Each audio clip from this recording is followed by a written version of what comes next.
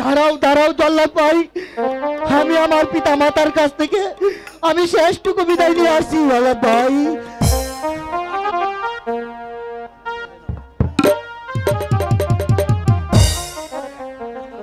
পিতা বেহতা ভরা কি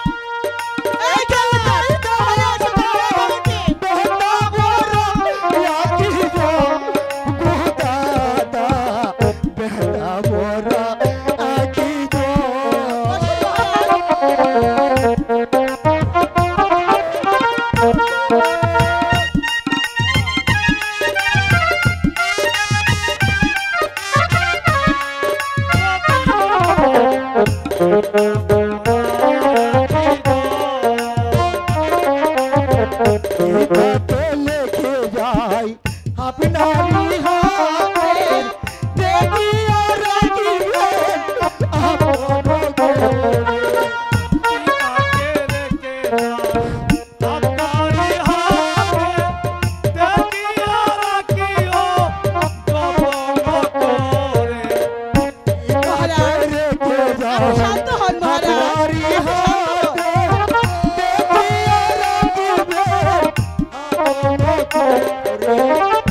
তাকে রেখে যায় যতন করে দেখিয়া রাখিও। এই কালে যুগে না হয় দেখা,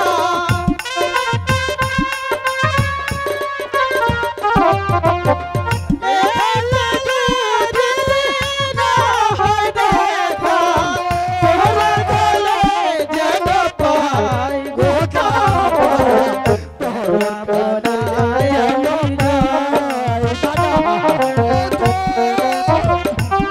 মহারাজ, মহারাজ, আপনি কিছু ভাবেন না মহারাজ।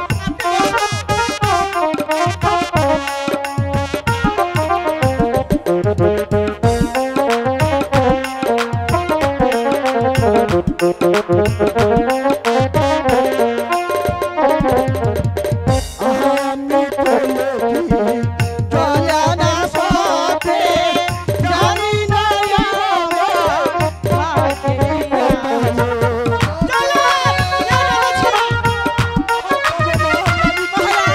ভাগ্যে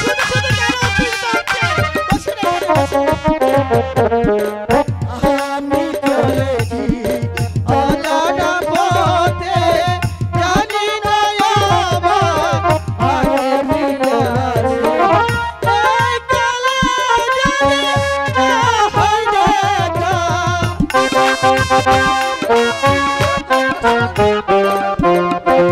এই কালে যদি না হয় দেখা, ওরে কালে যেন পাই গোটা, বসে মহারাজ। গায়ের কালে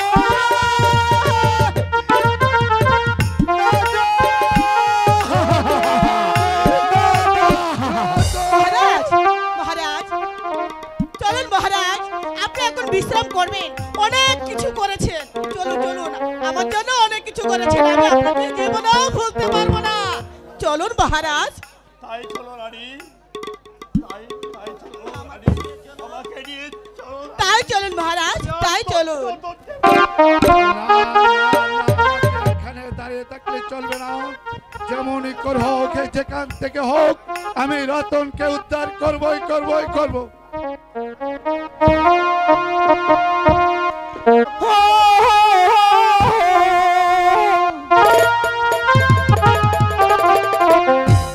মারবে না, মারবে না, জল্লাদ গো, জল্লাদ মেরে নায়া মারে গো।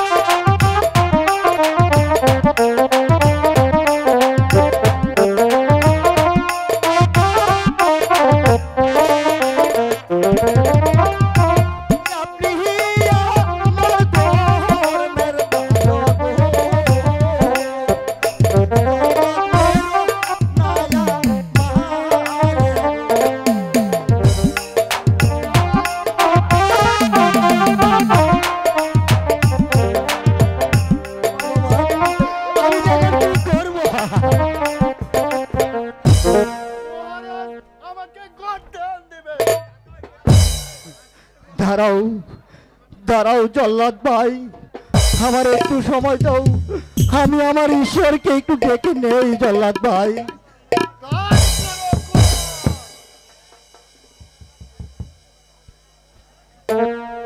দয়াল হরি হে বিপদে পড়িয়া ডাকি গো।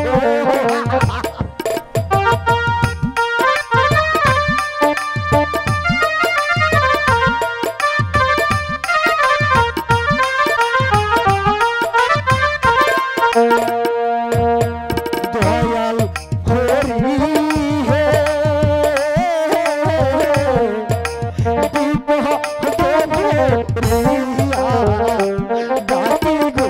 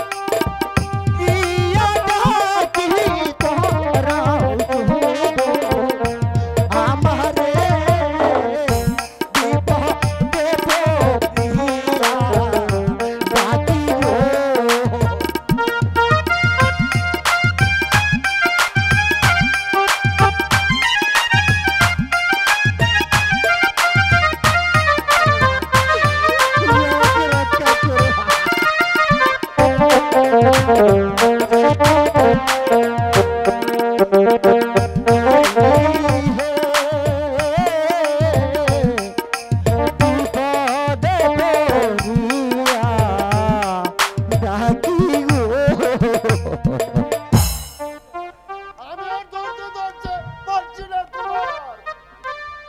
এবার তুমি মৃত্যুদণ্ড মৃত্যু দাঁড়াও কারণ বেঈমান বিশ্বাসঘাত দাঁড়াও জল্লাদ ভাই, আমি আমার শেষ আর একটুকু সময় চাচ্ছি ভাই, আমি আমার বিক্রমদাকে একটু ডেকে নেই ভাই। আর মারে সুদ্দালি করতে হবে। একটি জায়গায় লাগায়। এই আমি মাথা পেতে দিলাম, তুমি তোমার কাম সমাধান করে নাও জল্লাদ ভাই।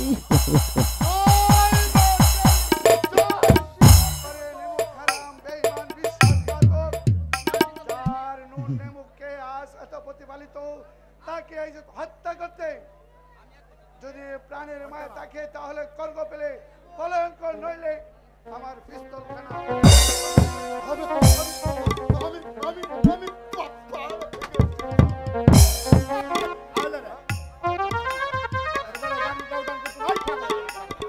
বিক্রম দা, তুমি তুমি আমাকে শেষ পর্যন্ত বাঁচালে ভাই।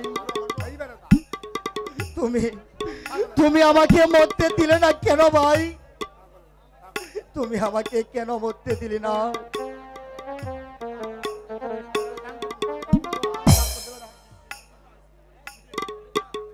বিক্রম, আমি চলে যাচ্ছি। আজ রথ তোমার যে উপকার করেছ তার প্রতিদান তুমি একদিন না একদিন পাবে। বিক্রম দা, তুমি এ কি করলে দাদা? তুমি আমাকে মরতে দিলি না দাদা। পিতা ও রাজমাতা যদি জানতে পারে আমরা দুই ভাইকে একসাথে হত্যা করবে দাদা। না না রথ যা সব ভগবানের বিধান। তোমার আর বিক্রম বেঁচে থাকতে কোনোদিন তোমার ক্ষতি হবে তা কোনোদিন হতে পারে না।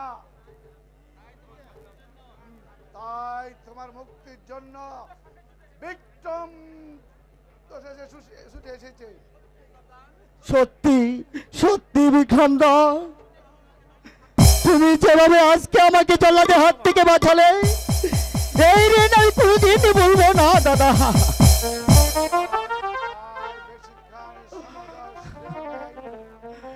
তোমার বিমাতা যদি জানতে পারে তাহলে তোমাকে অন্য চক্রান্ত করতে পারে। যাও আজকে মহত্ব বিলম্ব না করে তুমি এই রাজ্য ছেড়ে অন্য কোনো রাজ্যে চলে যাও।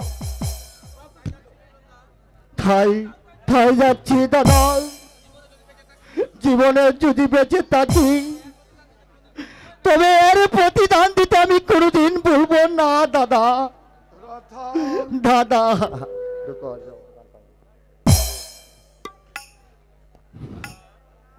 জায়গা হারিয়ে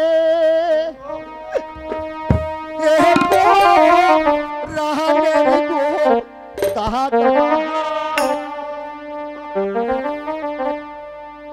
দাদা যাই তোমারে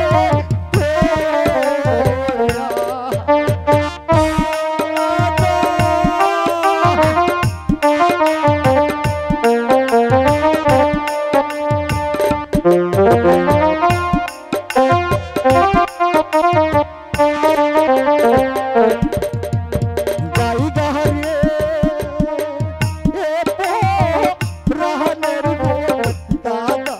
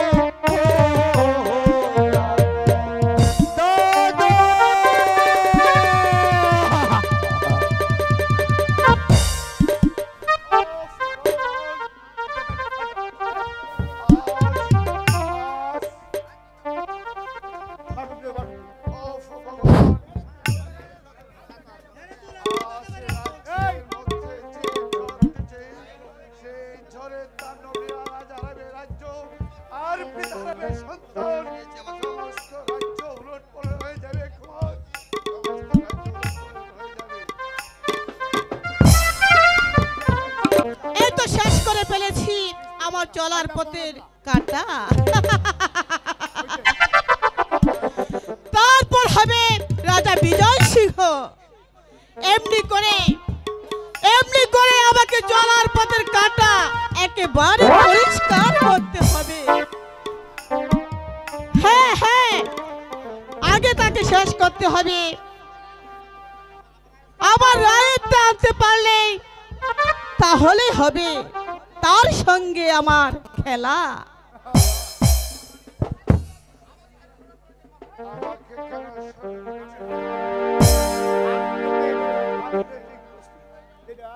বলুন মহারানী, কিসের প্রয়োজন?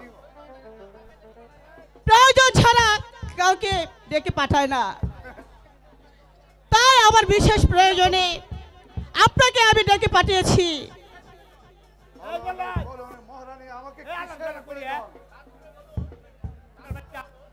তার পূর্বে বলুন আমি যা চাই তাই আপনি দেবেন কিনা। মহারানী, আপনার কথাগুলো যে আমি ঠিকই বুঝতে পারছি না মহারানী, আমাকে একটু বুঝে বলে হয়তো ভালো হতো। বুঝে বলার জন্যই তো আপনাকে ডেকেছি। বেশ, বলুন মহারানী, আমাকে আপনার কিসের প্রয়োজন? প্রথমে রাজমহলে প্রবেশ করে আপনাকে দেখে আমি যে আপনার মাঝে হারিয়ে গেছি, তাই আমি আপনাকে আমার চির সাথী হিসাবে আমি পেতে চাই। বলুন আপনি আমার কথায় রাজি? না, মহারানী, আপনি সত্যি বলছেন মহারানী। আমি ঠিকই বলছি। এবার আপনি বলুন আপনি রাজি কিনা। না, মহারানী, তা অসম্ভব মহারানী। এই রাজ্যের প্রতিটি মানুষের সঙ্গে জড়িয়ে আছে আমার আন্তরিক ভালোবাসা। আপনার প্রস্তাবে রাজি হয়ে আমি পারবো না তাদের সাথে বেইমানি করতে। আপনি ভুল করছেন সেনাপতি মশাই। আপনি হয়তো জানেন না কাউকে ভালোবেসে তাদেরকে আরো বেশি ভালোবাসা দিতে পারবেন। অর্থাৎ আপনি যদি আমার প্রস্তাবে রাজি হন, তবে আমাদের দুজনের চেষ্টায় এই বৃদ্ধ রাজাকে হত্যা করে আমাদের চলার পথের কাটা শেষ করে দিতে হবে। না, মহারানী, এই সিংহাসনের উপরে আমি পারবো না। আমার ভগবানের মতোই মহারাজের সাথে বেইমানি করতে। তাহলে সিংহাসনে বসার আপনার আশা নেই? না মহারানী, ফুটন্ত গোলাপের সুগন্ধ পেতে আপনার কি কোনো স্বাদ নেই? না মহারানী, আপনি একটা ভীতু কাপুরুষ। আপনি ঠিকই বলেছেন মহারানী। আপনারও জেনে রাখা উচিত, বিক্রম একটা কাল নাগিনীর মুখে গলা তুলে দিতে পারে না। যে নারী নিজের যৌবনকে পর পুরুষের হাতে বিলিয়ে দেয়, বিক্রম তাকে ঘৃণা করে মহারানী, ঘৃণা করে। না না না, এত বড় অপমান আমি কিছুতেই সহ্য করব না। আমার নব বাসন্তী আমি দেখে নিতে চাই কোথাকার জল কোথায় গেল।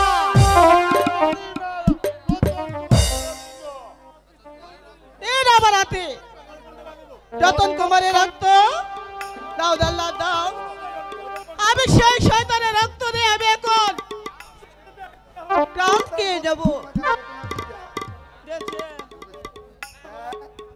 চালাক, নাও জল্লাদ।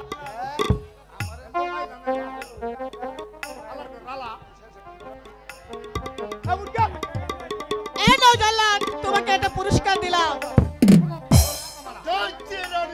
যাও। রক্ত রক্ত রক্ত, সেই রতন কুমারের রক্ত, সেই রতন কুমারের রক্ত।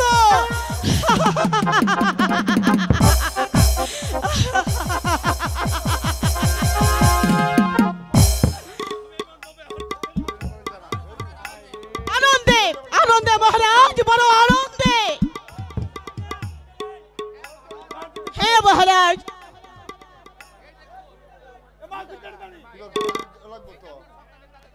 এই দেখুন, এই হচ্ছে আপনার সন্তানের তাজা রক্ত। আমার একমাত্র কন্যা টুকরা, তবে এলো আমার হত্যা করে যাও, নিয়ে যাও রানী, এই রক্ত আমি দেখতে চাই। কি হলো মহারাজ? হ্যালো, আপনাকে দেখে মনে হচ্ছে আপনি পাগল হয়ে গেছে। রানী, আমি ঠিকই পাগল হয়েছি। নিয়ে যাও, মনে হচ্ছে তোমাকে আমি করাচ্ছি। মহারাজ, মহারাজ বলছি।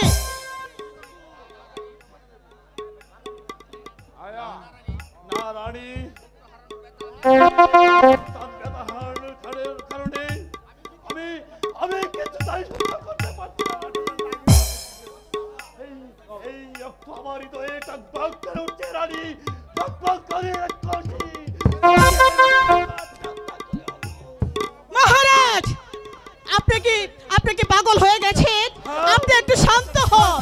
রানী, আমি ঠিকই পাগল হয়ে গেছি। আমি দেখতে চাই না, দেখতে চাইনি। যে যাও রক্ত আমার সাথে। একটা কুপুত্রের জন্য আপনার এত দরদ উঠলে হচ্ছে দেখছি। গোপুত্র, চুপ করো মহারানী। গোপুত্র, তুমি রতন মহারাজ,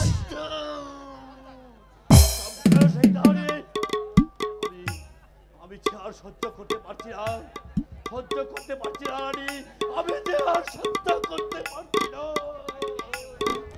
এই তো শুরু হয়ে গেল।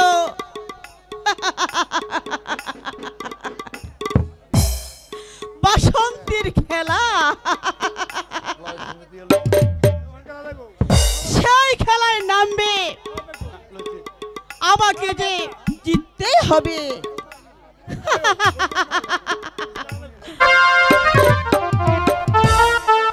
ওর একটু আশ্রয় দাও।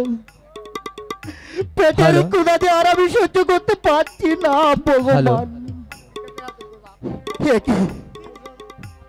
দেখি সামনে কোনো একটি গ্রাম পাওয়া যায় কিনা। হ্যালো, বিখ্যাত করে হলেও কিছু টাকা জোগাড় করে আমার কিছু অন্য জোগাড় করতে হবে।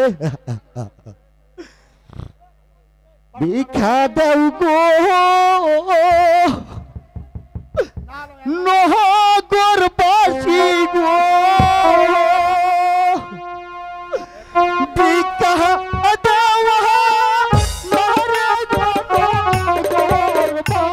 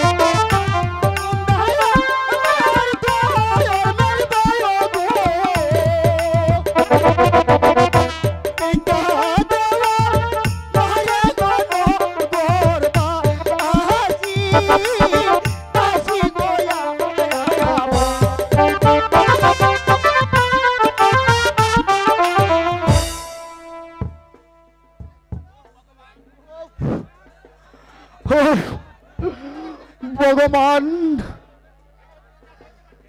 ক্ষুধার জ্বালা যে আর আমি সহ্য করতে পারছি না ভগবান। হ্যালো, এইখানে আমি একটু ঘুমিয়ে নেই ভগবান, আমি একটু হ্যালো। ঘুমিয়ে নেই।